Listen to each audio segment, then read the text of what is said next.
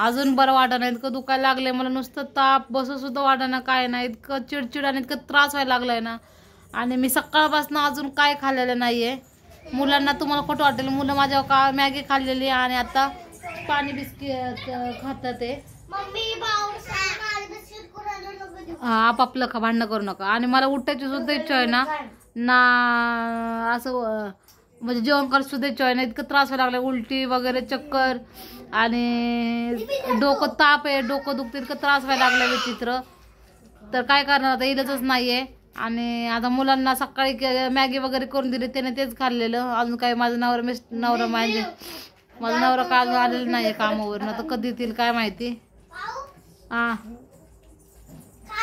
सांडण पाणी पिलू, ऐकत पण नाही मुलांना. मला उठायची इच्छा नाही, त्यांनी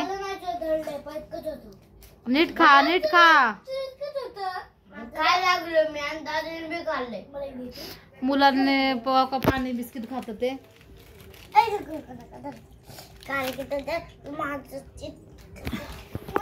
आणि काय करू मी आता, इलाजच नाही. मला उठायची इच्छा होय ना दुकानात जाणार काय. त्यांना जाऊन म्हटलं जा बिस्किट आण, त्यांनी आणलं. मला उठायला सुद्धा त्यांना द्यायची. सकाळी थोडंसं बरं होतं, पण इतकं त्रास व्हायला लागला, इतकं बरं त्रास वाटायला लागला ना खूप. आता सणासुदीचं हे ते सारखं माग त्रासच आहे, एक नाही तर एक नाही तर एक नाही तर एक. आणि ताप इतकी आलेली, गळा दुखतोय, माझं डोकं दुखतंय, उलटी व्हायला लागलेली आहे, सर्दी, कंबर दुखते, डोकं, इतकं त्रास व्हायला लागलाय ना बहीण भावांनो, सांगू शकत नाहीये मी. आणि मी बघा लाईव्हला पण आलेलं नाही. सकाळी आले तर थोड्या वेळ, जरा बरं वाटत होतं म्हणून 12 का 1 वाजता काहीतरी, पण परत बंद केलं लगेच.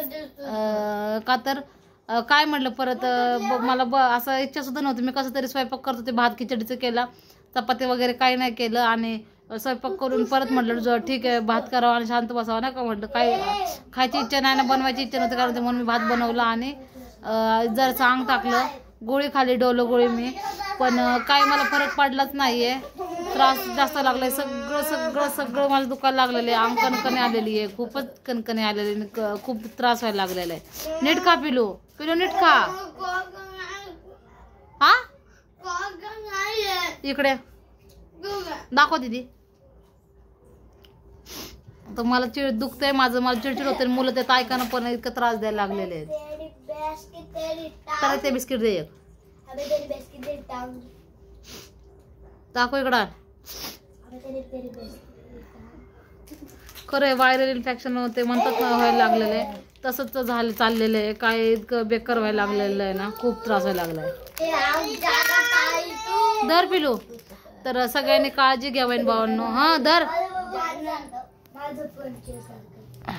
सगळ्यांनी काळजी घ्या आपापली इतकं. आणि मला का म्हणजे कसं आहे, माणसाला आराम असला ना, गोळ्या वगैरे खाऊन काय नाही, मुलं शांत असले गप्प सांगितलं ते, पण माझे मुलं एकमेक ऐकत नाही, मारतात, त्रास देतात. ते टीव्ही पण, आता टीव्ही पण नेट नाही म्हणून टीव्ही पण बंद आहे.